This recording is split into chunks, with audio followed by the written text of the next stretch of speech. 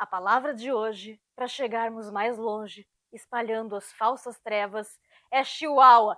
Tô brincando. Digita aí pra gente chegar também no 999 na comunidade. Trevas.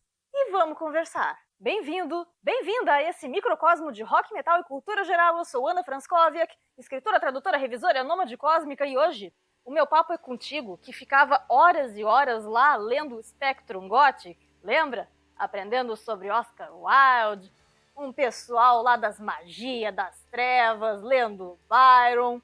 Para você que toma fiscalizada de fiscal metal e fiscal gótico ao mesmo tempo, porque nada é mais legal que dar bug na cabeça de Zé Trevinha, Maria vai com as outras. E fica até o final, por favorzinho, que a Trevozinha tem um recado importantão para você. É por isso que hoje eu defendo que ser uma pária é a melhor coisa que pode acontecer. Quando se é, por exemplo, muito metal pro gótico e muito gótica pro metal, isso ensina a pensar com a própria cabeça e parar de mendigar a atenção e estima alheia.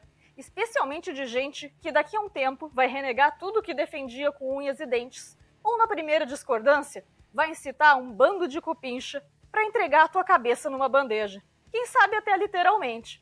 Isso é trecho de Noite no Caverna, projeto metálico trevoso, cujo link do vídeo eu vou deixar ao final desse e depois tu confere lá. O Cradle of Filth causa alvoroço, urticária, ojeriza em alguns setores do metal e do gótico praticamente desde que surgiu, lá no início dos anos 90. Que é um negócio que eu nunca entendi muito bem, afinal, se tem um pessoal que se diz tão superior e afinal a banda é tão inferior assim e está fazendo tanto de serviço, por que então ficar aí com tanta raivinha dela, sabe? Não faz sentido. E tanto é que a banda é acima da média, e em tudo isso é raríssimo. Capas, letras, instrumental, que eu vou usar agora um termo bem contemporâneo, conseguiu furar a bolha lá na época do Ninfetamine.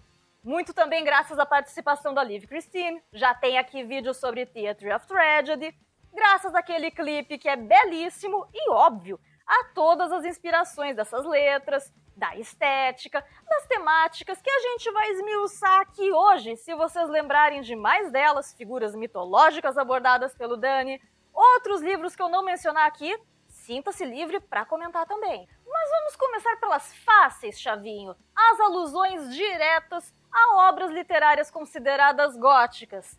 Carmilla, por exemplo, lá na Queen of Winterthroned. Tem também Drácula, a Dá com Pau, ele gosta muito da Mina Harker, eu não o culpo, tem alusão lá na Byronic Man, que já tem aqui um vídeo só dela. Obviamente o próprio Lord Byron, um dos maiores nomes do período.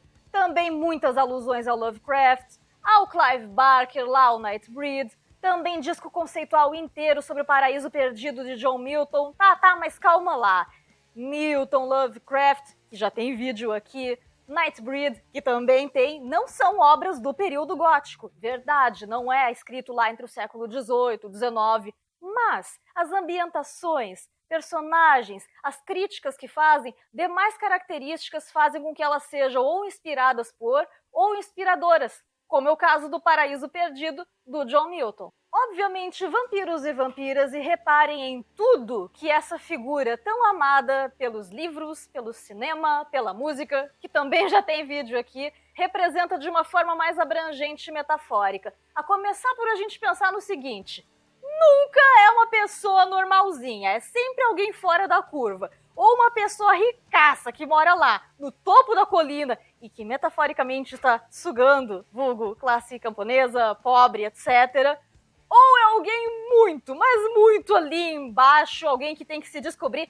Tem um autor chamado Poppies e Bright, que ainda não foi traduzido para cá, eu quero muito ver, onde vampiros e vampiras, na mitologia interna dele, meio que são uma metáfora para sair do armário. Também podem exemplificar a figura de alguém pária, entre todas as aspas, que está aí para disseminar comportamentos subversivos que as pessoas consideradas corretas não deveriam propagar. Olha o que é quando a Carmilla se encontra com a Laura. Olha o que é quando o Drácula vem para a Inglaterra para aprender, para se misturar naquela sociedade. Olha o que é quando o Lestat transforma o Louis. Aliás, a Gabrielle, do Cradle of Filth, que é uma das minhas músicas preferidas, eu achava que fosse a Gabrielle lá do segundo livro da série da Anne, mas não é. Cenários que incluem tanto as paisagens internas quanto as externas. Lembrando, alguns tópicos que eu vou citar aqui, eu também citei lá no outro vídeo temático das influências góticas do King Diamond. Voltando.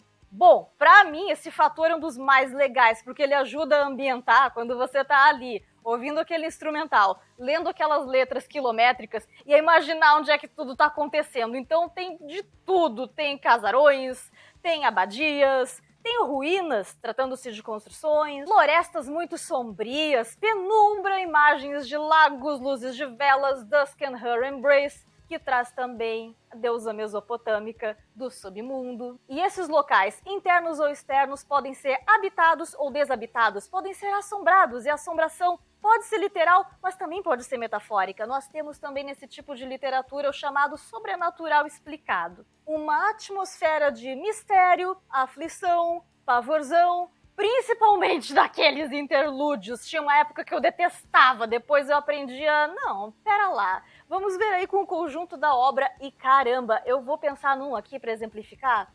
Sei lá, Painting White Flowers Never Suited My Palette. E também esses títulos, ai, olha, é incrível. Ou ainda, aquele interlúdio que tem na quilométrica também, vou mencioná-la de novo, Queen of Winter Throned, antes do Nick voltar a descer-lhe a mão na caixa.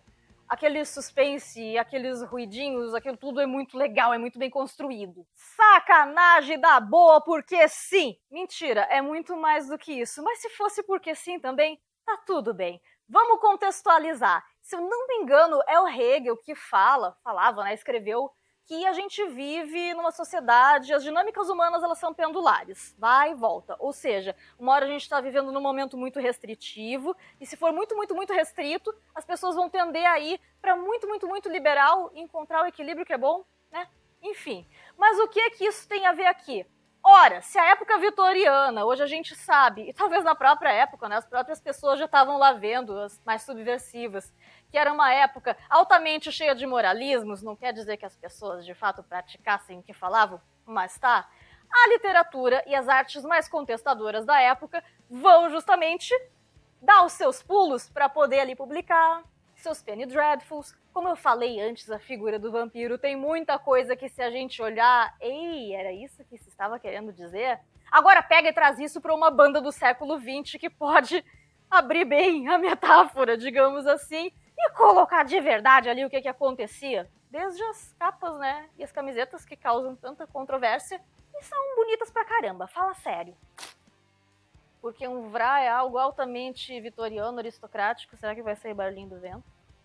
E a franjinha, tudo, trevosíssima. Deixa aí o joinha da solidariedade, porque tá um calor do caramba aqui. Indivíduos decadentes, aristocratas, déspotas, lelés da cuca. Bom, o Cruelty and the Beast, só ela já dava um vídeo, só dela. Trata de uma das personagens mais mencionadas pelo metal em geral, Elizabeth Bathory.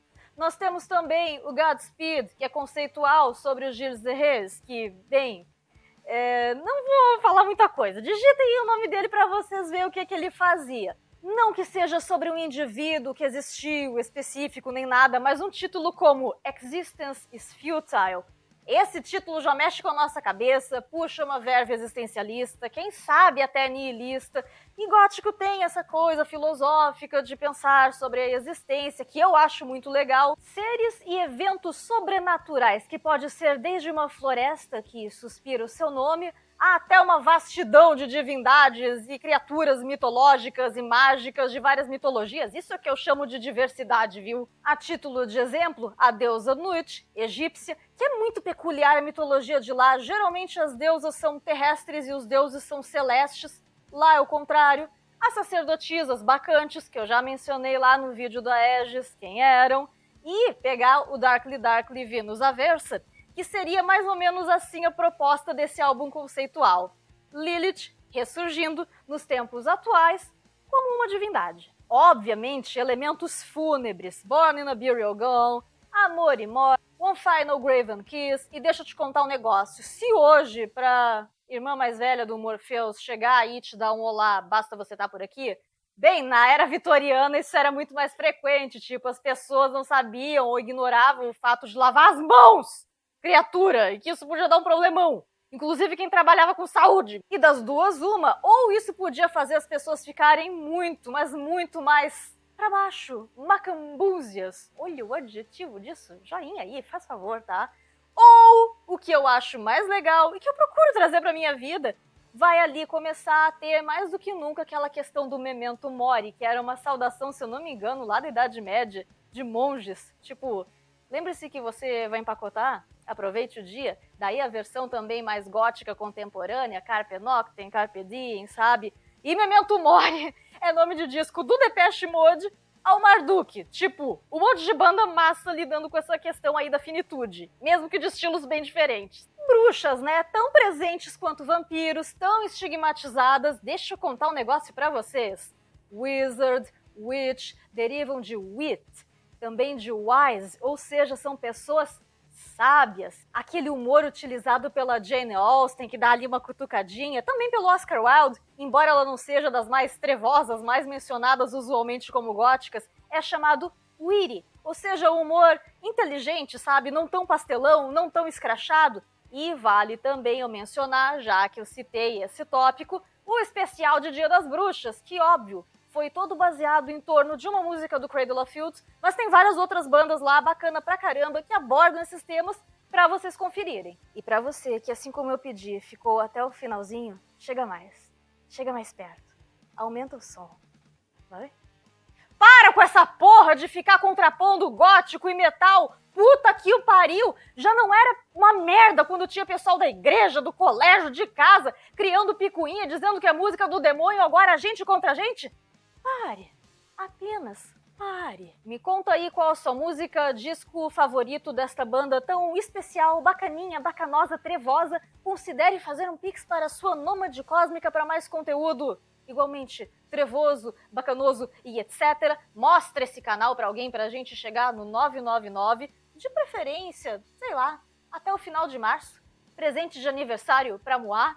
E eu te agradeço pelo seu tempo, pela sua presença e David Zenia.